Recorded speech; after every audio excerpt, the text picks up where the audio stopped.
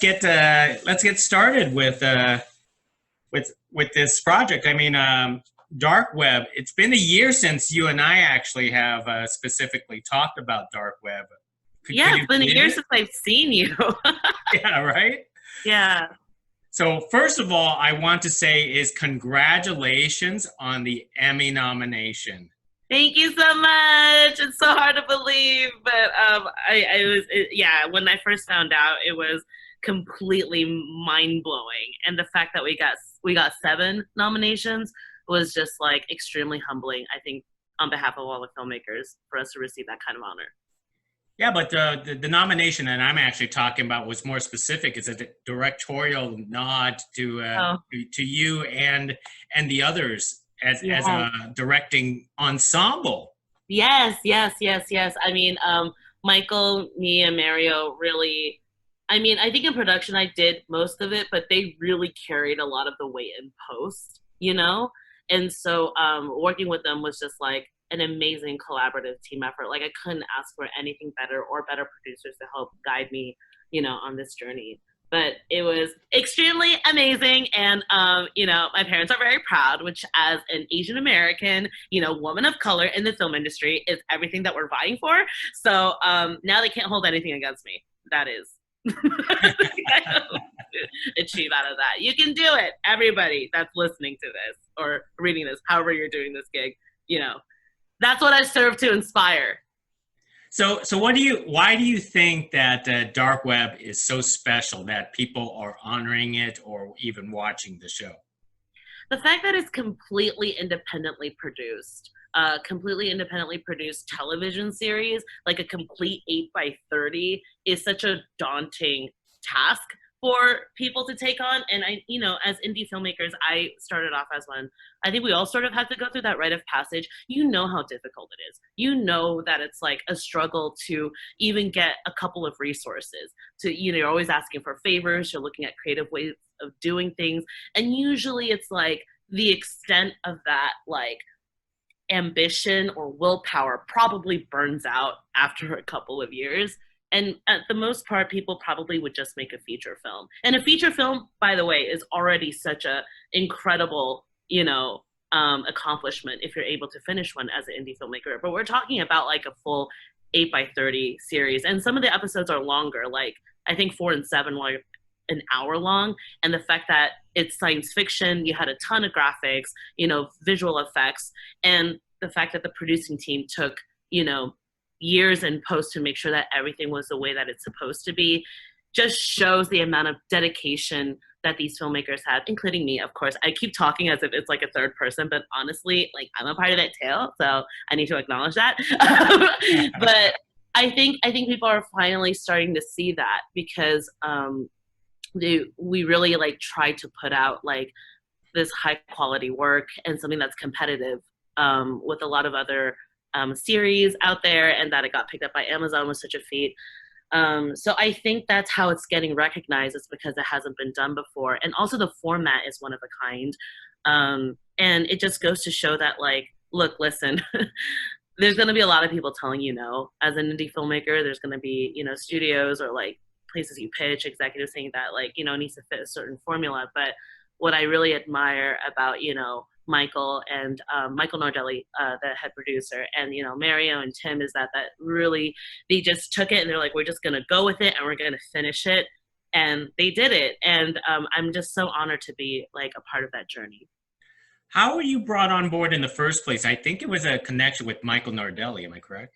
Yeah, I mean, I made my first feature, The Tribe, and that was sort of like, I've always been making shorts beforehand, and there have just been a lot of people feeding me information like, hey, Roxy, like, you should actually take a leap into directing because we think you're like pretty good at it. And I'm like, no, there's no representation. The closest thing I could associate myself to, I mean, Gig, you're Asian too. I don't know how you felt about this, like when you were first, doing your job, but I'm like, Ang Lee was the closest association I had. And he, we're like so different, and I'm like, he's Taiwanese, but he's like an older man, and our experiences are different, but there was no representation for me. So, I scrambled up a couple of my savings, and like my parents helped out and like did a Kickstarter thing. And then I made The Tribe for like peanuts.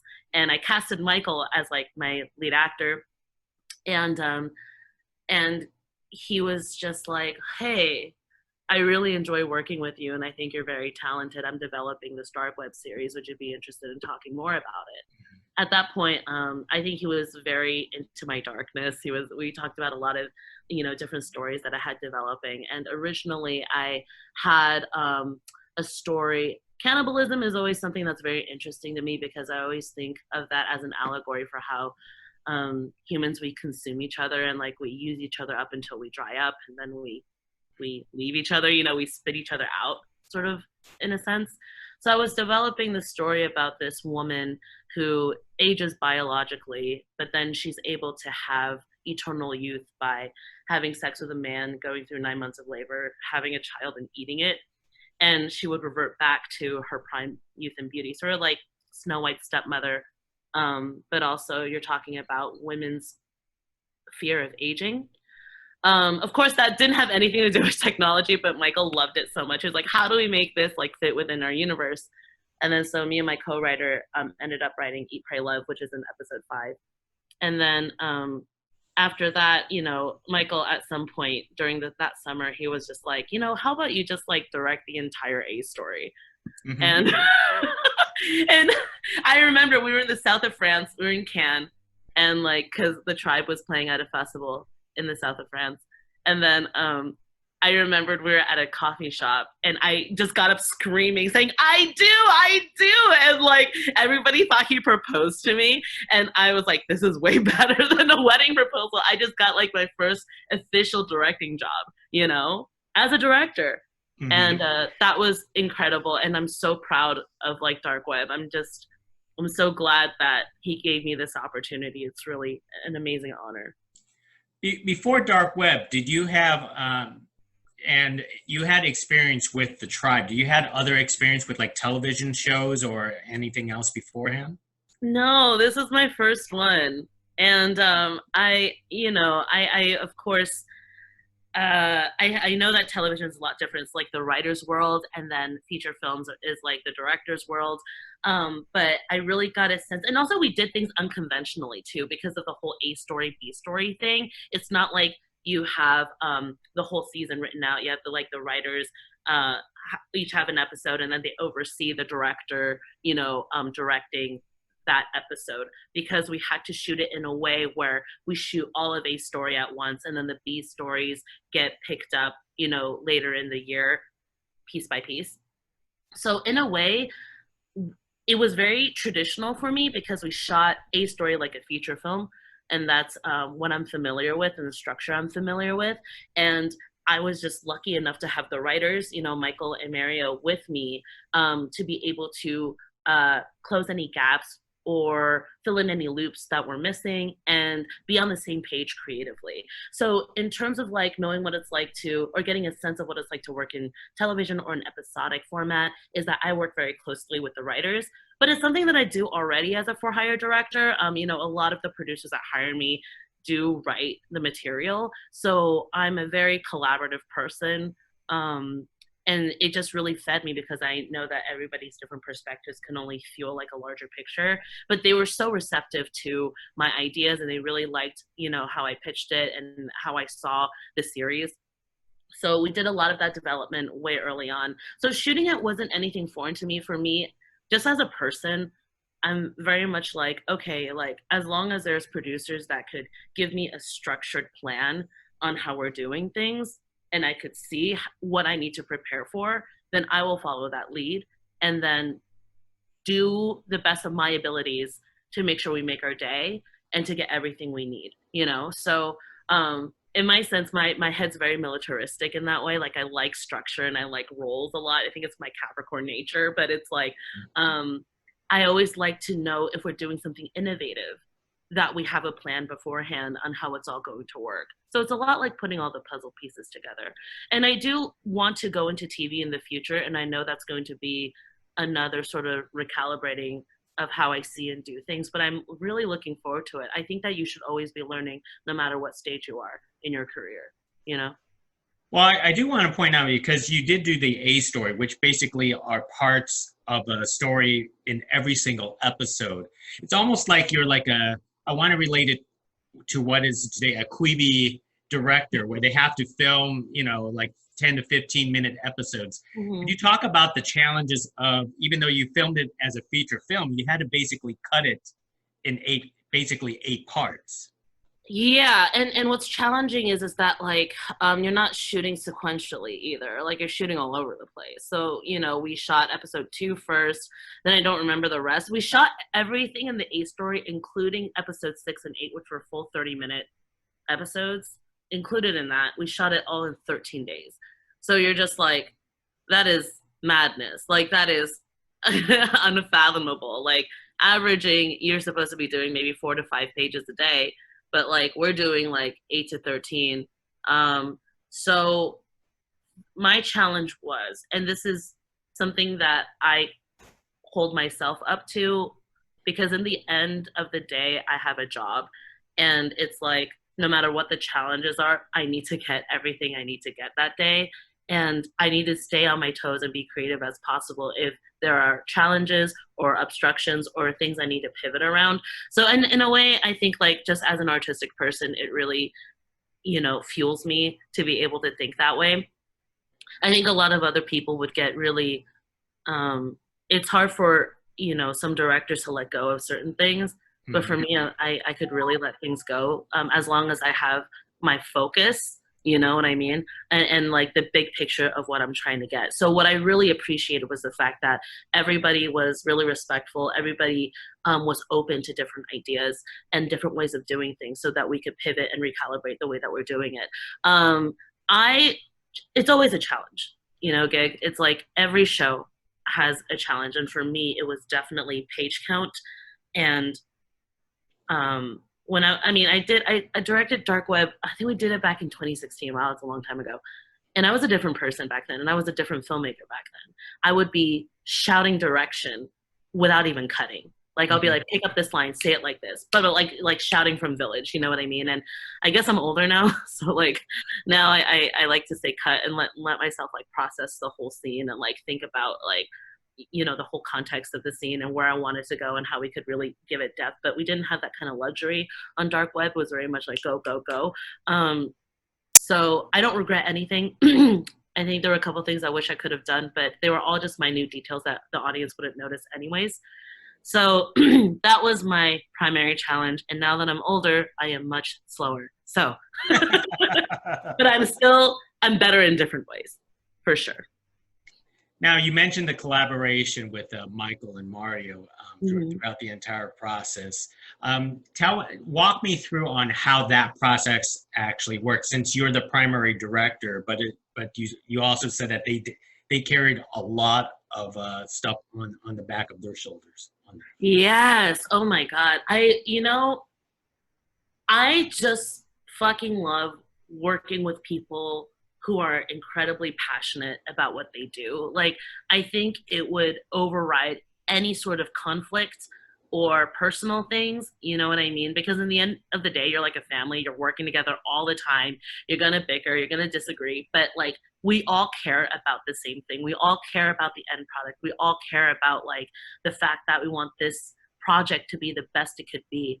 And so working with I just love them so much. They're like we're all just really good friends, and like even nowadays we'll just get on Zoom to drink together. No, sometimes not even dark web related, just for fun. And that's when you've really found something, because like we care about the content, we care about what we're trying to say with each episode. And to me, that's the best thing. And also, these guys have no ego. Most important thing, no ego. Like I've worked with so many people that have so much pride, and like they're not focused on like what the project is actually about and what we're trying to say. And so it's working with them is like a dream, because like I think it was difficult because Michael also had to act in it, and so he was wearing so many hats. And with Mario, he also had a full-time job, so Mhm. he was supposed to direct episode 6, but there was a conflict, and then he wasn't able to do it anymore. So I ended up directing episode 6. So I think it was just there were a lot of things that they had to carry, and then I was brought on so that they didn't have to carry as much. But post was like a nightmare. I mean, both of those boys had to learn so much. I mean, Michael's expertise is like an actor, and then he's like, oh, I'm producing stuff, but he had to be hands-on about it. He had to learn about it. He had to know about the programs and everything. So it's like being indie, the spirit of indie filmmaking is just about getting your hands dirty, actually learning what it is that you're supposed to do when you had no resources to get other people to help you with it. And that's so fucking admirable, you know, like it's so hard and daunting to take on something new, but when you're just like, I've committed this much, I've gone this far, I'm not turning back. And so I love working with them. I love the project. It's always so much fun. Like we get into like a post session and we're just like laughing the whole way and like having inside jokes. Like there really is nothing like independent filmmaking where you get to have creative autonomy. Like there's nothing like it. Wow.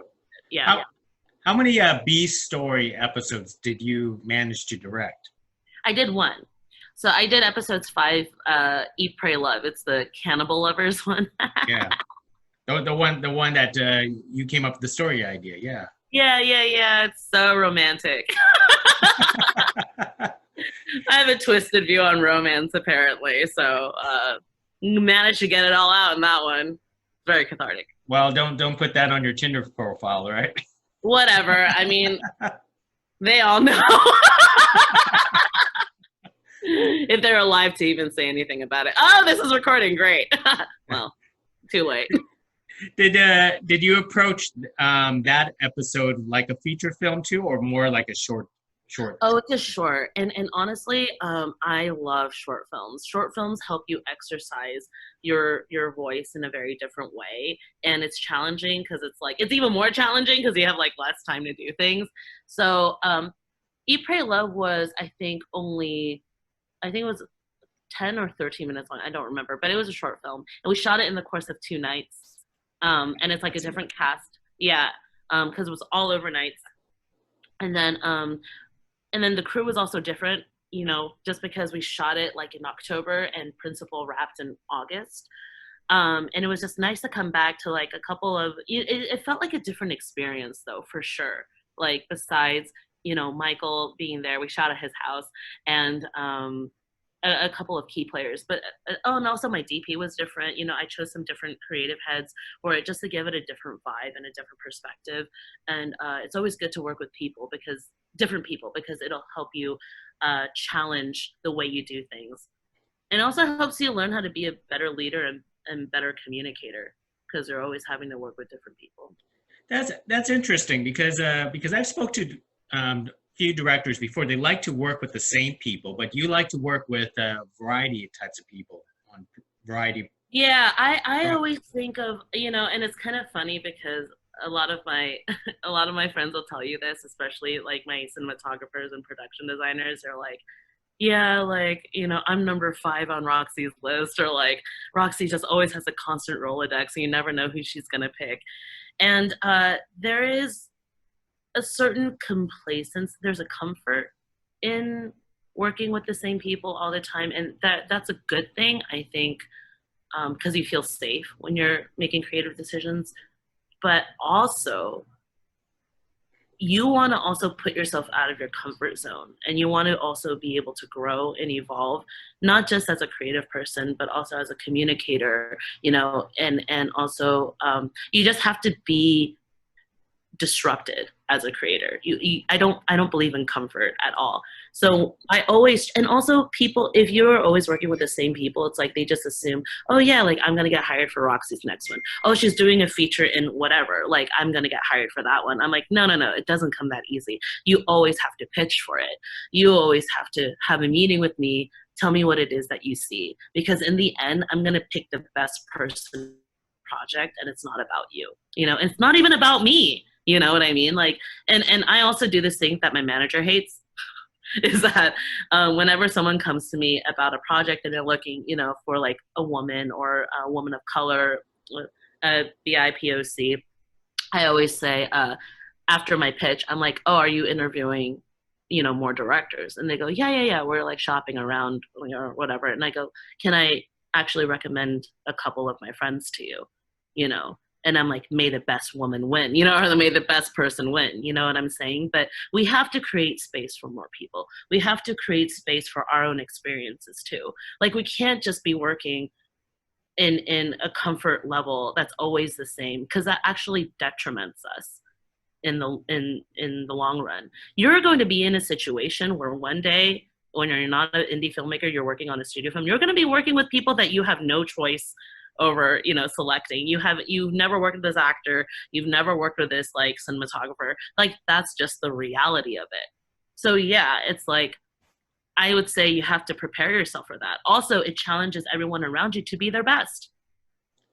I mean, it's a dog eat dog world. I mean, you mentioned before that you're a minority, you're female, and um, let's start it off this. You're a female director, and there's not many female directors out there in the first place. Yeah. Could you talk about them? Oh God, gig. This story. You know, I'm a very pragmatic person. Like, I know I'm really joyful and I'm really cute and I'm like all these things. I'm sorry, my phone keeps ringing because like there's a delivery coming soon, so I might have to like just hold really quick and go get it and come back, gig. I hope that's fine, okay. that's fine. Okay. So regarding like this, when I was starting out, my parents are Taiwanese, and they want the best for their daughter. And the stereotype is very real: become a lawyer or a doctor, or find something that gives you financial stability. Just because of the immigrant experience, like, they want to have some stability for their kids, right? And but I've always been very expressive. I've always, really been drawn to art and all kinds of art, music, dance, everything.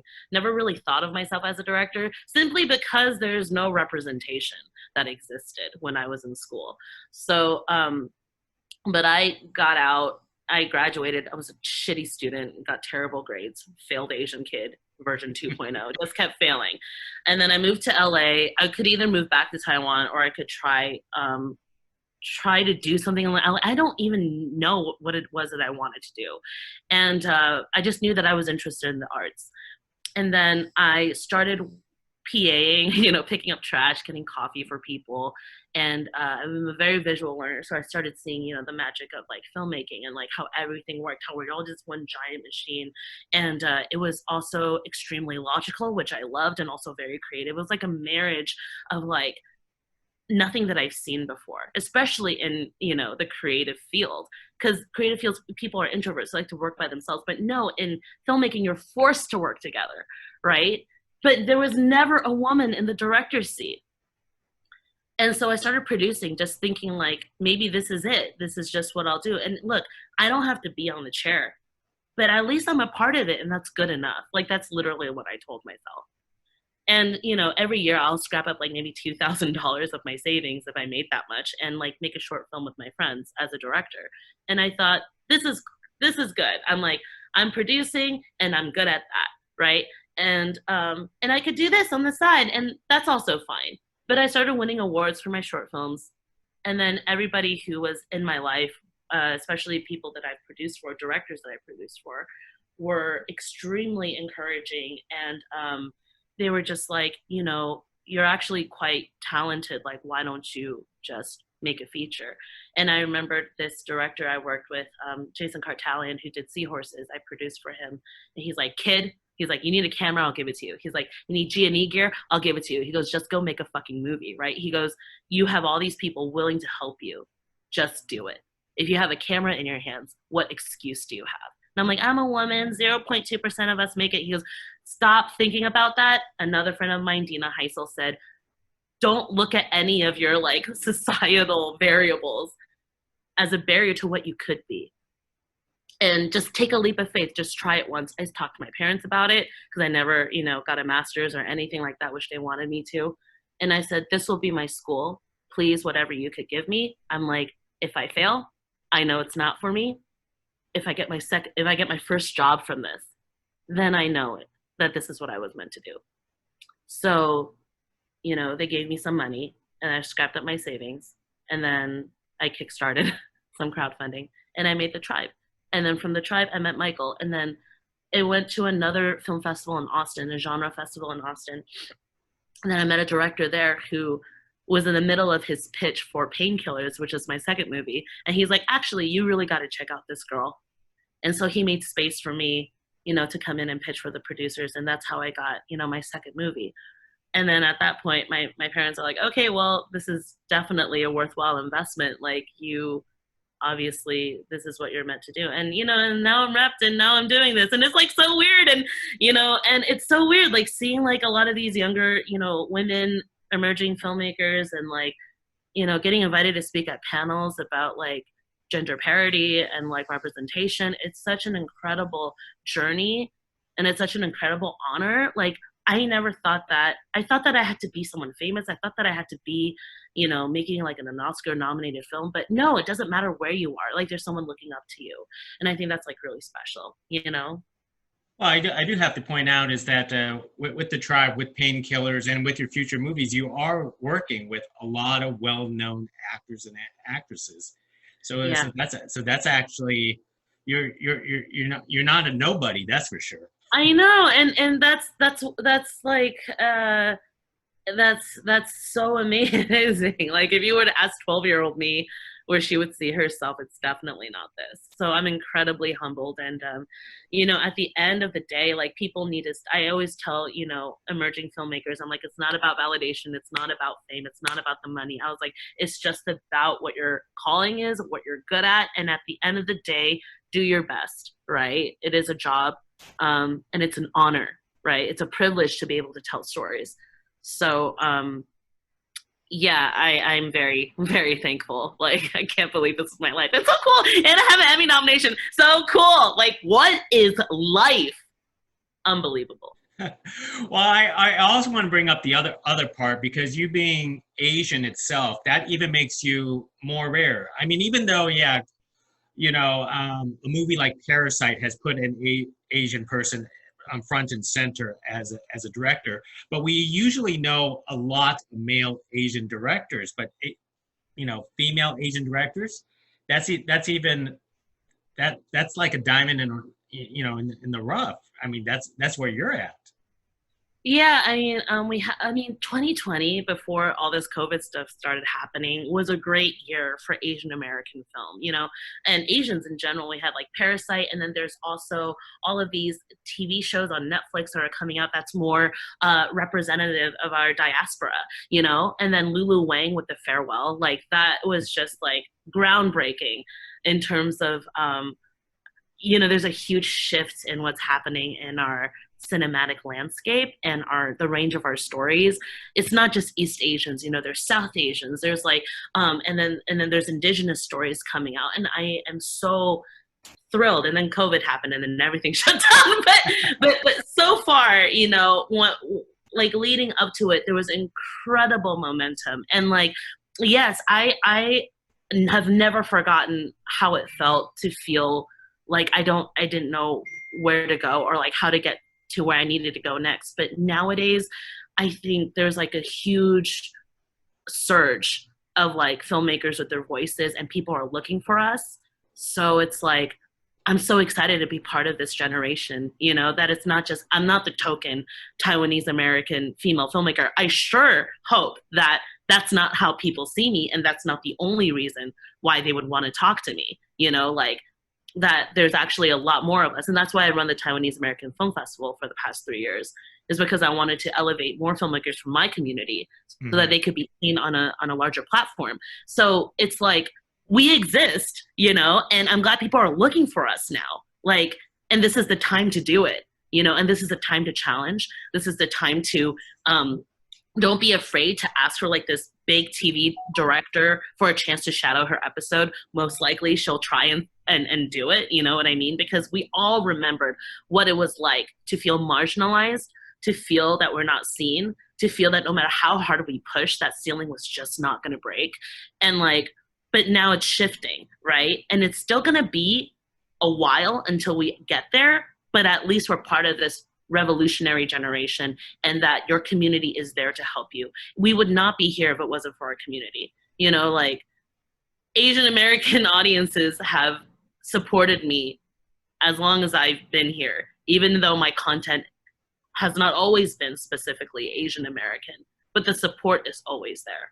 And that's what I appreciate. We just got to be here for each other, you know?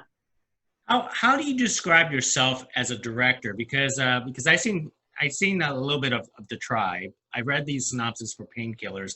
I read the synopsis for some of your future projects. And Dark Web is much more of like a sci-fi horror. So you're not stuck in one genre, from my understanding. No, and I also directed like my first comedy, my first feature comedy in November called Pulling to Paradise, about 4 millennials getting stuck in an Uber pool from Los Angeles to Vegas. And that one was exciting. We had Tara Manning, Lin Chen, Jonathan Lipnicki in it, Jordan Carlos from Broad City. It was like really, really wonderful. I'm so sorry, Gigi. Oh, it's okay. Wait, what is this? Are we showing this as like a video? Like, what is this? This is a video. Oh, great. Oh, okay. Good thing I put on makeup because I wasn't sure if this was just going to be an audio thing or whatever. Good thing I'm like half naked. But let's see. What was the question? I was asking about your style of directing because my style of directing. Oh, yes. I don't ever want to be stuck in a box. And I don't want to be labeled as a genre director. I don't want to be labeled as, whatever. I always want to be somebody who's constantly growing. And whatever it is that I'm called to at whatever stage of my life, that's what I'm going to be embracing. I loved genre in my 20s. I loved horror and science fiction. I just loved, it was like seasoning on a dish. It's spicy, it makes things fun. And it also makes things palatable when you're trying to say something with your work. And, I definitely am exploring my versatility a little bit more. And I'm so thankful that people are giving me the chance to do that. And my thing is, I always want to be challenged. And that's why the whole theme of like discomfort, disruption, like I always want to be growing. I always want to see the world differently. I want to hear your perspective on something. I want to humanize the villain in a way that the audience can also relate to, because at the end of the day, whatever it is that you're making, no matter what genre, what seasoning, whatever dessert or main course you're making, it's like you're making a piece about humanity, right? And so I always want to take on something different and challenge myself. I mean, obviously, if I read a script, I'm like, this is not for me. There's someone better for this. Like, that's intuitively something that I would pass. But if it's something that draws me, like I recently read this script that has to deal with like 1970s Midwest and, about racism, in that area. I've never experienced that. I lived in Europe. Oh, I'll be right back. Go for it. Okay. Yeah, back. Hi. Thank you. I wasn't sure if you got stuck outside. Thank you so much. Amazon package. Okay. So that'll be, you could keep that or you can edit it out. I don't care. Okay. And I personally never experienced that before, but that's something I have to talk to the writers about. Tell me stories of your childhood. What, tell me what it was like paint me the world of what that is. It's like Ang Lee directing Sense and Sensibility. It's like, that's true. Your job is to be able to empathize, right? Very strong quality. Look at things from multiple perspectives and really hone in on what it is that you're trying to say. So yeah, genre is super fun, and I'm grateful that's sort of what got me into my career, because people will always want genre, right? Yeah. International sales love genre. International audiences love genre. That is how you make it palatable for a worldwide audience. But, in terms of now and future, it's really just about growth and discomfort. Well, excellent. Do you have any ideas for possibly a season 2 of Dark Web for yourself? Are you preparing for that? Possibly to come back for storyline A again? I have been talking to Michael and Mario about season 2, and I've been, they have their own development in terms of what they want that world to be. And I know for sure I'm coming back because they love me and we're like brothers. I consider myself one of their brothers. And I also have a couple of suggestions that I wanted to implement that's more reflective of what we're going through right now, just to make it more timely and then also more personal too. I want us to take a deeper dive into what our real fears are, because I think the more we get to explore that, the more it'll resonate with audiences. Excellent.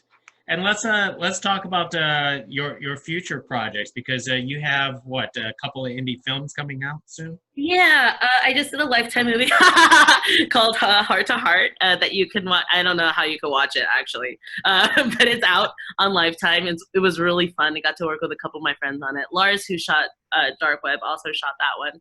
And then I have Pulling to Paradise, which is my next feature film that's currently in post-production.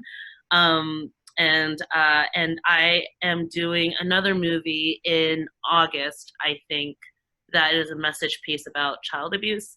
So that one is a drama. So that's also new territory that I'm going to be leaning into. And currently I'm developing a lot of projects that are more personal to me. Gig, I should send you the short film that is completely mine called The Visit. Okay. And it's a Taiwanese paranormal story. I think you'll really enjoy it. That one's like completely mine. Like I wrote it, directed it, got magical financier for it. And then I think people want me to develop it into a feature. That's also still in the works. But there's a lot. So I'm very thankful because it's like all this stuff keeps me busy, but I'm still churning my stuff on the side as well. Wow. Yeah. And you said you're not that busy during the pandemic. It sounds like you're very busy during the pandemic. I am crazy. Oh, I'm a Capricorn. I know like not everyone's into astrology, but I am a workhorse. Like if I'm not working, if I'm not doing something, if I'm not feeling productive, it really affects my emotional health. So like I want to show you. Yeah. So like I painted that. I painted that,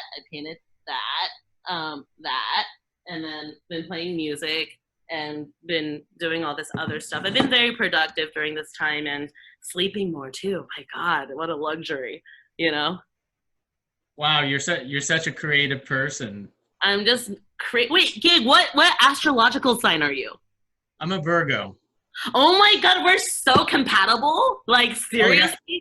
Virgos are very detail-oriented people. And earth energy is very grounded, like you live very practically, you know what I mean? You like to see schedules and like a plan. Like I'm a Virgo rising. Sorry, I'm like hijacking this entire interview to talk about astrology. But yeah, I love my work so much. I enjoy my job, and not a lot of people get to say that. So it's what I do for fun, and when you do something for fun, you're willing to do all the other things that might be shitty along with it just so that you could do it.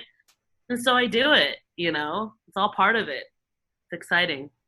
That is exciting. Well, hey, congratulations on, once again, wrap it up with your Emmy nomination. When you get to find out? July 19th, I think, is the ceremony for my category. So excited. Oh wow, that's a long time to wait. It's fine. Whether I win or not, it's not about winning, but it would be nice to have that award so I could show my mom. But that's very even of you. I know. But it's an honor just to be nominated. I'm very, very thankful. Wasn't expecting that, and I'm very appreciative of everything that I had so far on this journey. That's great. That's great. Hey, congratulations, Roxy. Thank you so much, Giga. I love, God, your interview style is like amazing. Your questions are so good. I love it. So insightful.